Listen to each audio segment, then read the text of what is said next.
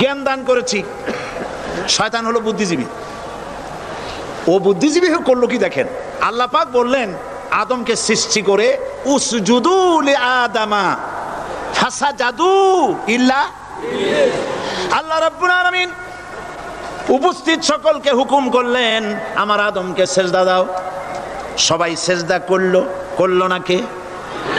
Mister ইবলিস সেজদা করলো না। আল্লাহ পাক প্রশ্ন করলেন, ইবলিস তুমি আমার হুকুম মানলে না কেন?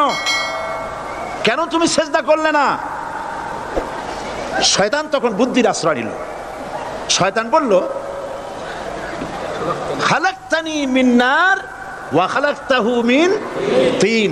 আয় আল্লাহ, তুমি তো আমারে বানাইছো আগুন দিয়ে, আর আদমকে বানিয়েছো মাটি দিয়ে। আনা খায়রুম মিনহু, আমি তার থেকে উত্তম।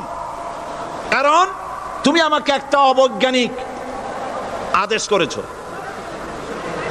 মাটির গতি নিম্নমুখী আর আগুনের গতি ঊর্ধ্ব।